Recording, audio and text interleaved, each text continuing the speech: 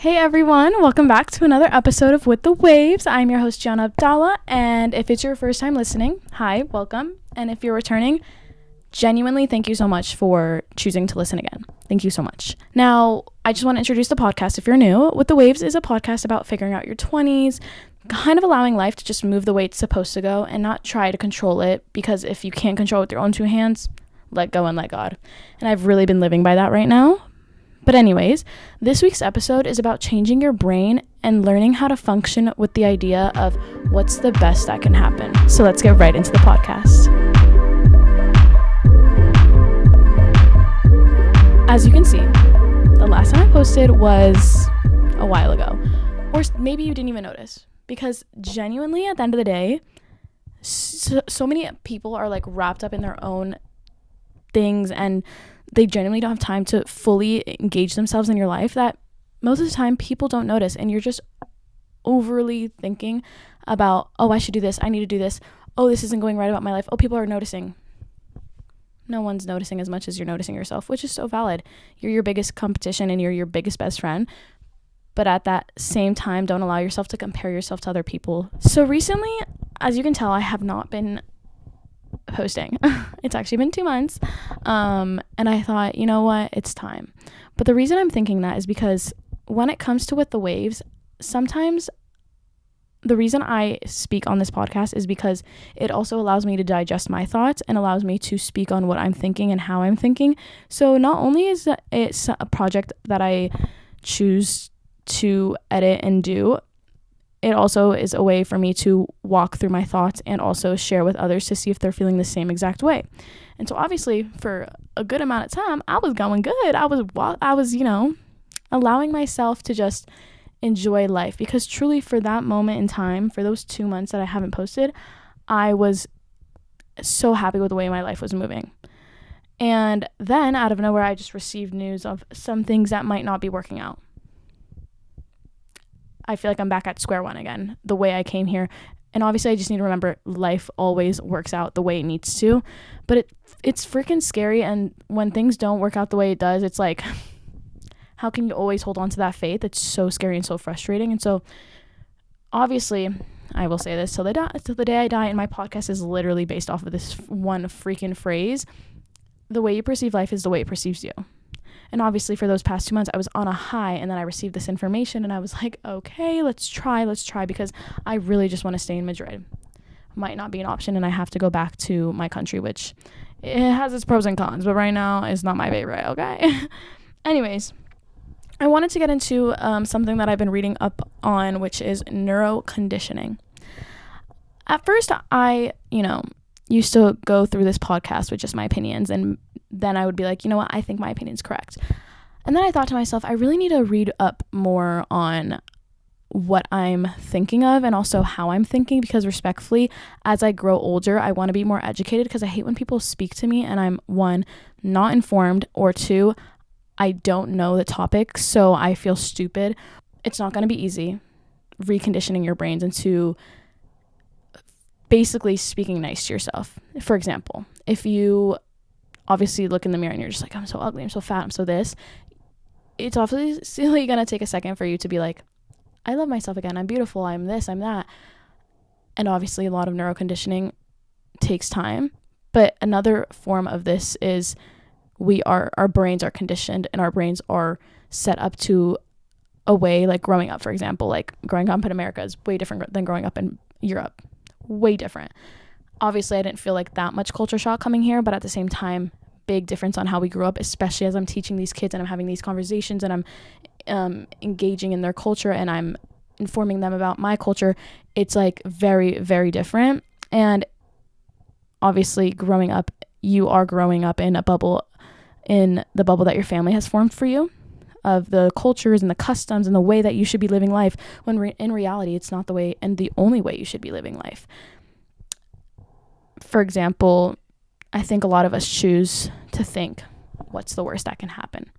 Why are we so negative? Why don't we allow ourselves to always kind of gear towards the positive?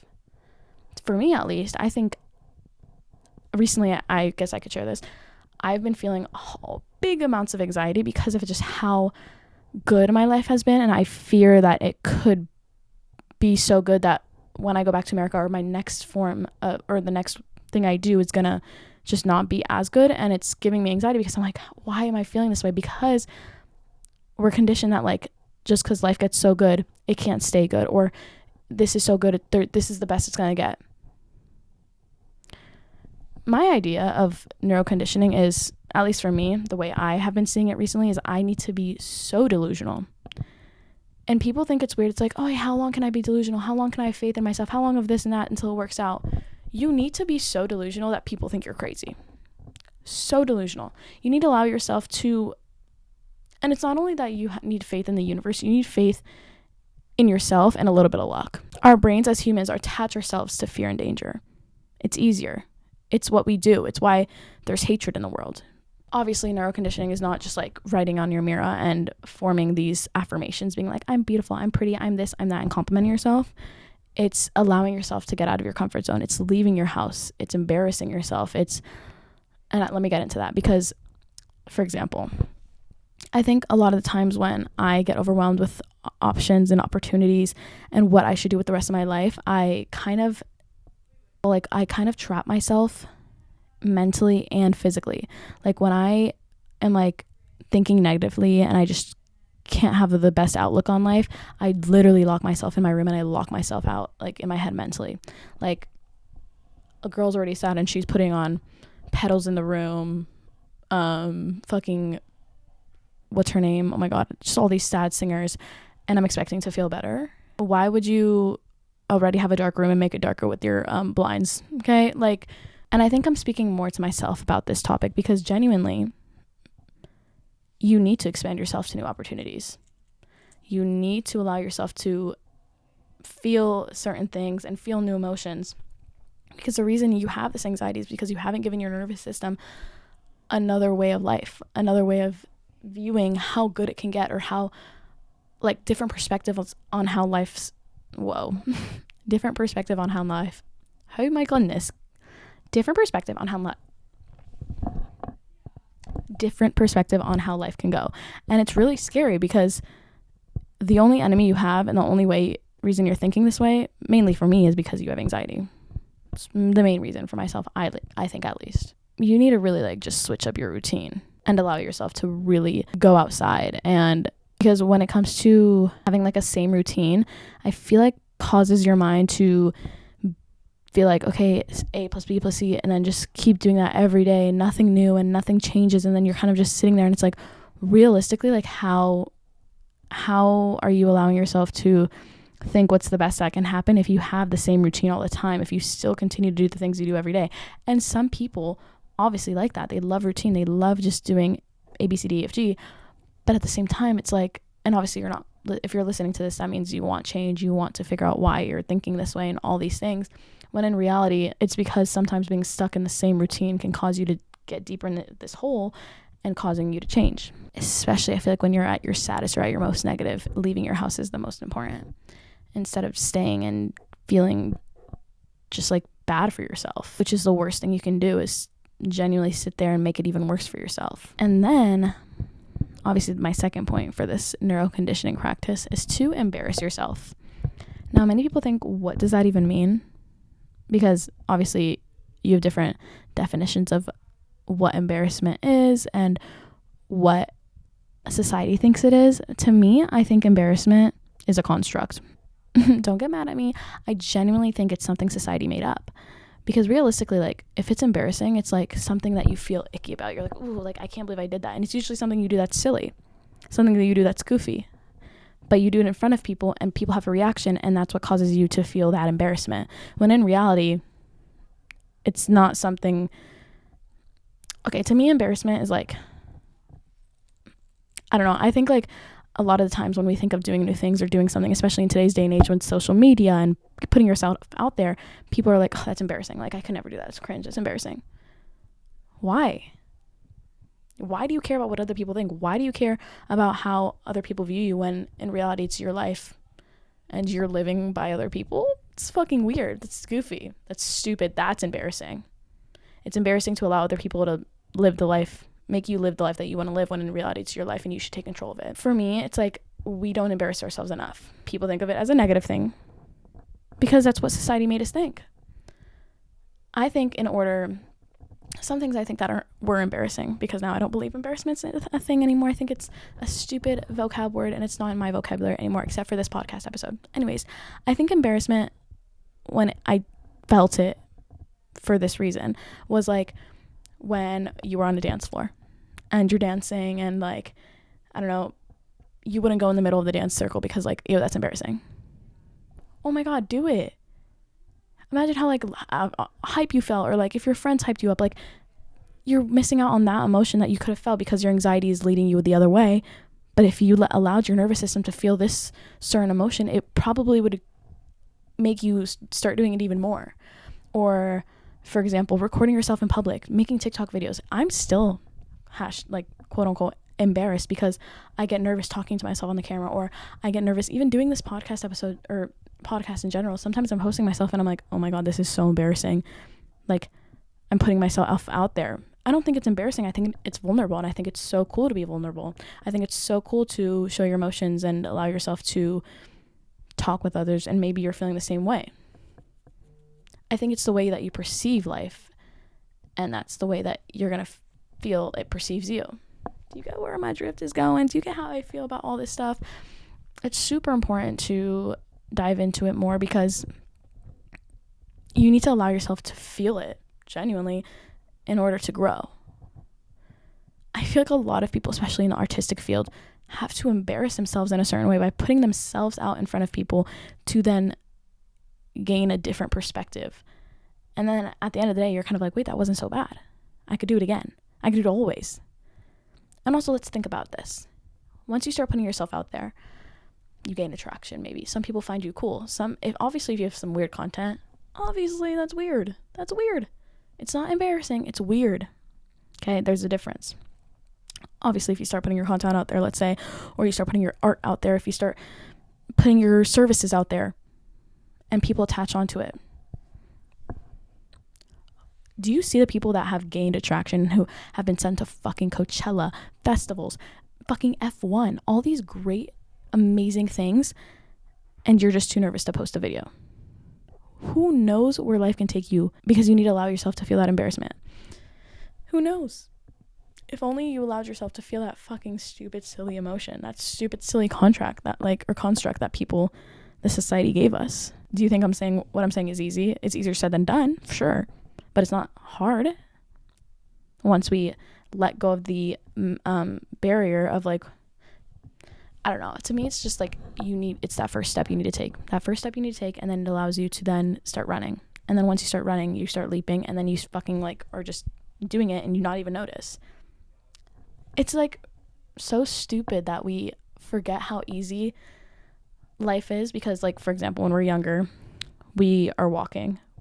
First we're crawling, and then we walk, and then we're running, and then we're sprinting. And obviously sometimes we don't actually we're not good at running or sprinting. Like the other day, oh my God, stupid story about the other day, we were running late to a boat service to see the caves around Lagos, and we were running late, and me and my friend had to run like sprint. Actually so bad, we only had to sprint like maybe 0.1 miles, or I don't even know how much that is, like 0.05 kilometers. I don't know. Or maybe that's the wrong math. Anyways, long story short, genuinely out of breath, couldn't breathe. If I was running for my life, I think I would have died. Anyway, so that just makes me think we really need to get back into the gym. Anyways, I don't know why I decided to do that and divert from the story. But anyways, embarrassment, it's obviously something we need to engage in. And I also think curiosity is something we need to engage in, because you can't allow yourself or your brain to grow unless you inform yourself of things. Be curious. Like when you're walking around, what's something on the tree? Why is something built the way it's built? Ask questions, like learn new cultures, because once you allow yourself to open your brain and open your ways of living, you can learn so much and you build so much. Obviously with that comes both pros and cons, because when you allow yourself to, for example, I grew up in the United States. I was growing up in a bubble for the longest time until for the first time I traveled outside of America, and I went to Palestine, and I was like, wait, this is a different vibe entirely. Big culture shock. I was not used to it. And then I come back to America. Obviously, I'm 14. I really can't do much. I have to finish school. And then I travel to Mexico. Okay, different way of living. Then I travel to Canada. Kind of same way of living, honestly, as the United States. They're just nicer, and they drink maple syrup. And then college, I go to London for the first time, and I'm like, this is cool. I kind of love London. It's a different vibe. Honestly, the US is just weirdos. Like, I don't know. Like, whatever. And then my senior year of college, I travel to Europe, and I go to Italy, like all these countries, Spain, Paris, all these places. And I go, oh my God, this way of living is so different. Obviously, I have yet to be to Asia. I've yet to go to Australia. I've yet to go to Iceland. I've yet to go to all these locations. But then it made me realize, I was like, there's so much more to life. And as I allowed myself to leave this bubble, I've moved to a different country. I've evolved myself into a different person than I was when I first moved here. And I'm so blessed. But then I realized I've allowed myself to grow. And it's way harder for me to go back to my old life. Obviously, that's not the goal. I don't want to go back to my old life. But I'm going back to... Actually, we're not going to say that. But it makes it harder for us to go back if we needed to. And it's something that you need to be okay with, especially when it comes to opening up your brain and allowing yourself to engage with other people's, or just engage with the question itself and asking questions and being curious. I think it's really important that we also, like, a lot of the times, the main reason we always think negatively is because we think about the past or the future, and we don't just stay where our feet are at. We don't just think about the now. We don't enjoy the now. And it's really hard because for example, when we do try to think about the now and try to be where our feet are at and allow ourselves to enjoy every moment, we obviously find things in ourselves that we're like, okay, like, yes, I'm not thinking about the future. I'm not stressed about it, but I want to better myself. And when you're bettering yourself, you need to realize, where are you trying to better yourself from? Because a lot of the times when we shift our mentality, we shift that through negativity. We're like, oh, I don't like this about me, and like, I want to change it because of this. Or I don't like this about me, like, just negativity all in all. When in reality, we should change through love. We should change through compassion. We should change through not negativity, I guess is what I'm saying. But it's just like, because, for example, let's say you're helping someone else change. Would you help them through their negativity? Would you help them by being negative to yourself in order to change? Like, for example, the other day I wanted to go on a walk, and I love going on walks. It's truly one of my favorite pastimes because it allows me to just like turn off my brain or call people or listen to music that I love sometimes. And then I remember, like, I was like, the other day I was like, oh my God, go on a walk. Like, you can go on a walk. Like, why are you not going on a walk? Like, you're so lazy. Why would I say that? Like, to myself. Like, sometimes you have to parent yourself. Like, obviously I'm gonna say it. Like, I sometimes parent myself. So I'm like, okay, get up. Like, time to get up. Like, you have to do it. Like, in order to, like, you go from your parent parenting you to out of nowhere just like moving out and having to figure out life on your own. And that's hard. Especially some people can like suck at like not having a routine, not having a purpose. So it's really important that you do that to yourself and help yourself, allow yourself to do that. So it's just like, let's remember, if you are going to change yourself for the better, obviously, change it with love. Don't move with negativity, move with compassion, move with passion and not judgment, in my opinion. Obviously, everything in this episode is easier said than done.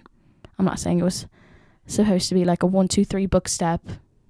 Life is not supposed to be easy. Life is not supposed to be a list of things you should tick off and you're done and life is amazing and 1, 2, 3. Obviously, you are living your life and evolving yourself. I actually want to say something about that is we're not finding our best selves. I think we're just evolving. I think that's something that I've read up on recently, and I think we're just evolving. Why are we trying to find our best selves when in reality we're just gaining new experiences and new information every day. And I think that's the best thing ever. And I think it's important that we remember every day is a new experience, and every day is like a new opportunity into where you can become your better self, but you're not trying to find them. Does that make sense? I don't know. I think it's something to think upon. And also, I just think this podcast is something where you allow yourself to think more than a way of helping. It just allows your brain to think. I don't know. It's like when you read those self-help books and it's like, for example, oh my God, I read a book recently. I forgot what it was called. The Cafe on the Edge of the World, I think. And obviously it was a good book. I read it in 2 days. But tell me why I was pissed that I'm like, it makes me think. But then I'm like, it makes me think. Like, I'm using my brain. It's a great thing. This podcast is more of a thinking podcast and more of like a, here's how I can help you. And maybe it is a way I can help you by thinking. With that being said, thank you so much for listening to this week's episode. I hope you have shifted your mentality to allow yourself to think what's the best that can happen and not the worst, because life is so good, because the way you perceive life is the way it perceives you. And if you enjoy this episode, leave a like, a rate, maybe a follow if you like seeing my face, Genuinely, I hope you enjoyed. I hope you gained some type of knowledge from this podcast, some type of information, or maybe it's making you think a little bit. I don't know. But with that being said, have a great day and go with the waves. Ciao.